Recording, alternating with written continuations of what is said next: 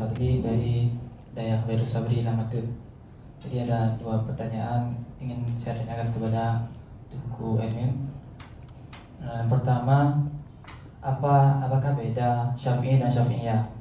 Karena ada yang tuding Muslim Aceh tidak mengamalkan mazhab Syafi'i, tapi mengikuti ilmu murid-muridnya. Jadi mungkin apa beda antara Syafi'i dengan Syafi'iyah? Nah, itu mungkin bedanya sama dengan kuli dengan kuliah. Beda kuli dengan kuliah. Namanya kuli, kalau kuli itu sifat daripada makna. Jadi karena makna mudzakkar, maknan kuliyun. Jadi kalau kuliyatun itu sifat dari muannas qadiyah. Jadi karena sifat dari muannas makanya dikatakan kuliyatun. Jadi qadiyah kuliyatun. Kan? Itu juga apa beda antara Syafi'i dengan Syafi'iyah? Syafi'iyah Imam Syafi'i, kan? Yaitu Muhammad bin Idris yang bernasab kepada kakek beliau yaitu Syafi'. Kayaknya dikatakan dinisbahkan kepada beliau Muhammad Asy-Syafi'i. Jadi dinisbahkan kepada kakek beliau. Kemudian Asy-Syafi'iyah apa bedanya kalau pakai tak taknis? Itu karena dia sifat dari jamaah. Jadi jama'atun syafi'iyatun, ya, jamaah syafi'iyah. Nah, jadi kalau dikatakan syafi'iyah itu artinya golongan syafi'i. Cuman apa bedanya antara syafi' dengan syafi'iyah? Nah, kenapa sampai ada ada istilah syafi' dengan syafi'iyah? Ya karena emang Imam Syafi'i itu bukan orang yang otoriter dalam berpendapat, kan? Nah, tidak seperti kan pernah saya pernah dengar cerita tentang ada suatu agama yang pimpinan agamanya itu ingin memonopoli kebenaran dari kitab suci mereka, sehingga itu kitab itu kemudian kitab suci itu dia taruh racun di pinggirnya, sehingga kalau ada pengikut agama itu ingin menelaah kitab itu langsung, kan itu kan nanti waktu mau buka lembaran kitab itu kan pakai diludah dulu kan. Lidah kemudian dibuka. Jadi kan akhirnya sudah teracun. Kemudian pimpinan agama mengatakan, itu berarti dia tidak diizinkan untuk menelaah itu. Jadi Imam Syafi'i tidak seperti itu. Beliau bukan orang yang otoriter seperti itu. Makanya beliau bikin usul fiqh.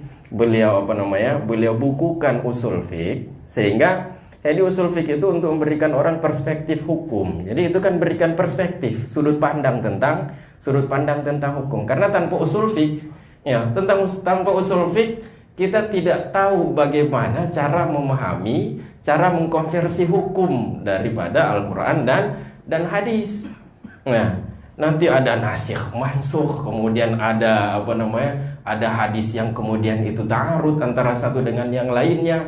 Ketika dia ta'arud itu bagaimana jalan keluarnya? Ya, apakah harus dengan jamak? Kalau jamak bagaimana cara jamaknya? Itu kan diajarkan dalam usul fiqh. Jadi usul fiqh itu dia memberikan perspektif hukum daripada Al-Quran dan hadis. Jadi karena dia memberikan perspektif, sudut pandang bagi orang, sehingga orang bisa memahami hukum yang terdapat dalam teks Al-Quran dan teks hadis. Sehingga itu membuat orang berkemungkinan untuk berbeda. Tetapi dalam mazhab Syafi'i itu diajarkan bahwa manusia itu ada 3 tingkatan. Ada mubtadi, ada mutawasid, ada muntahi. Siapa mubtadi? Mubtadi itu adalah orang yang tidak bisa memahami suatu masalah. Siapa itu mutawasid? Pertengahan. Pertengahan adalah orang yang bisa memahami masalah tapi tidak bisa menegakkan hujah. Siapa itu muntahi? Orang yang bisa memahami masalah dan mampu menegakkan hujah. Kemudian muntahi ini kemudian dia terbagi 3. Ada orang yang dia bisa menegakkan hujah dan dia bisa mentarjih, mengunggulkan salah satu pendapat dari Imam Syafi'i ataupun salah satu pendapat dari ashab. Daripada ashab. Ini muntahi ini namanya mujtahid fatwa. Di antara mujtahid fatwa itu yang kita kenal adalah Imam Nawawi dan Imam Rafi'i. Dia baru sampai tingkat mujtahid fatwa. Kemudian tingkat yang di atasnya itu ada namanya mujtahid madhab. Jadi mujtahid madhab itu adalah orang yang bukan saja mentarjih, tapi dia mampu menggali hukum dari Al-Quran dan hadis, tapi masih melalui usul daripada seorang mujtahid mutlak. Nah, ini orang ini namanya mujtahid madhab. Jadi dia tidak tidak menggali Al-Quran dan hadis dengan pikiran sendiri, tapi menggali Al-Quran dan hadis langsung melalui pikiran Imam Syafi'i misalnya, karena masih menggunakan kaidah usul fiqh yang dibuat oleh Imam Syafi'i. Yang tingkat tertinggi itu adalah mujtahid mutlak. Jadi mujtahid mutlak itu adalah orang yang mampu menggali langsung dari Al-Quran dan hadis, karena mampu menciptakan usul fiqh mustaqil, usul fiqh yang independen, yang berdiri sendiri, tidak bernasab lagi, tidak menghubungkan diri lagi kepada Imam Hanafi, Imam Malik ataupun imam yang usul fiqh ini adalah usul fiqh sendiri. Jadi karena begini rinciannya kan mulai kelihatan siapa Syafi'i dan siapa Syafi'iyah. Karena beliau memang bukan orang otoriter, beliau bikin usul fiqh, bikin usul fiqh supaya orang punya perspektif hukum.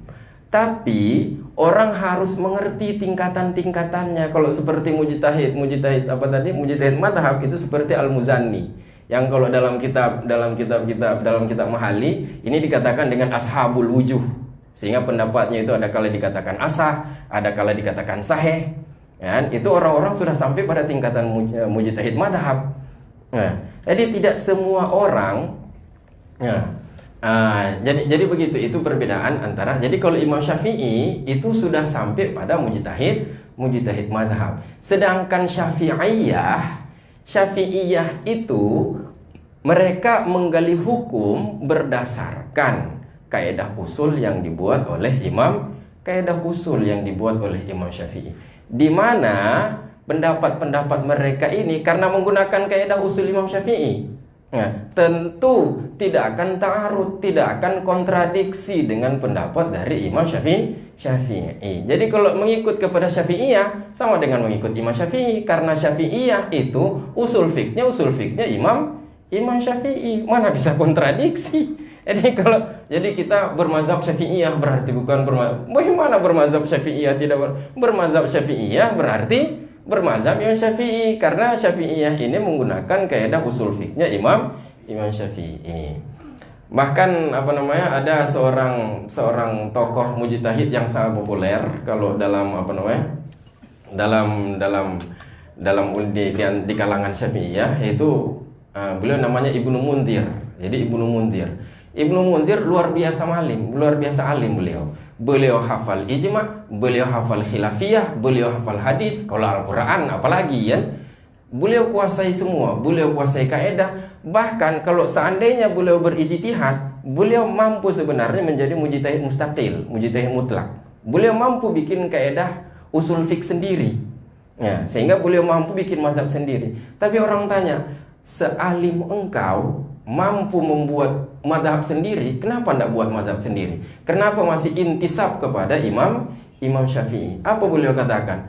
Kalaupun saya mau buat mazhab sendiri, hasil pikiran saya itu pasti sama dengan pendapatnya Imam Syafi'i. Jadi untuk apa bikin mazhab sendiri?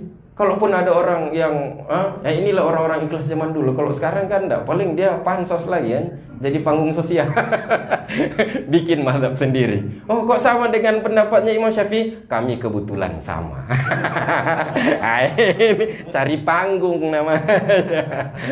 Jadi ulama-ulama dulu mereka ikhlas, mereka jujur. Udah sama dengan Imam Syafi'i, untuk bikin mazhab baru. Apalagi Imam Syafi'i lebih alim. Jadi itu kalau ikut kepada Syafi'iyah itu sama dengan ikut kepada Imam Syafi'i. Dan misalnya paling pertanyaannya misalnya tentang menghadiahkan pahala. Imam Syafi'i kan berpendapat tidak sampai. Sedangkan Syafi'iyah mengatakan itu sampai. Itu tentang menghadiahkan pahala itu kata Imam Nawawi, al-masyhur min madhabil Imam Syafi'i. Yang masyhur daripada pendapat Imam Syafi'i adalah tidak sampai. Itu yang masyhur. Masyhur itu kan artinya terkenalan. Artinya bisa saja Imam Syafi'i tidak berpendapat seperti itu. ada pendapat Imam Syafi'i yang lain, karena itu kan masyhur. Berarti ada pendapat Imam Syafi'i yang lain yang mengatakan bahwa bacaan itu qiraah Fatihah misalnya itu bisa sampai kepada mayit. Caranya bagaimana? Ya dikompromikan berarti. Makanya ada ulama yang mengkompromikan antara pendapat masyhur Imam Syafi'i dan lainnya. Caranya mereka kompromikan itu pendapat Imam Syafi'i bahwa tidak sampai hadiah pahala itu apabila tidak didoakan dengan ausil, sampaikanlah ya Allah. Tapi kalau seandainya dia doakan dengan ausil, pasti Imam Syafi'i berpendapat sampai hadiah pahala kepada si mayit. Jadi inilah Syafi'iyah, mereka mampu mentakwil pendapat Imam Syafi'i, mereka mampu mengkompromikan. Masalahnya inilah orang-orang yang tidak mengerti, yang cari-cari masalah. ini persoalannya.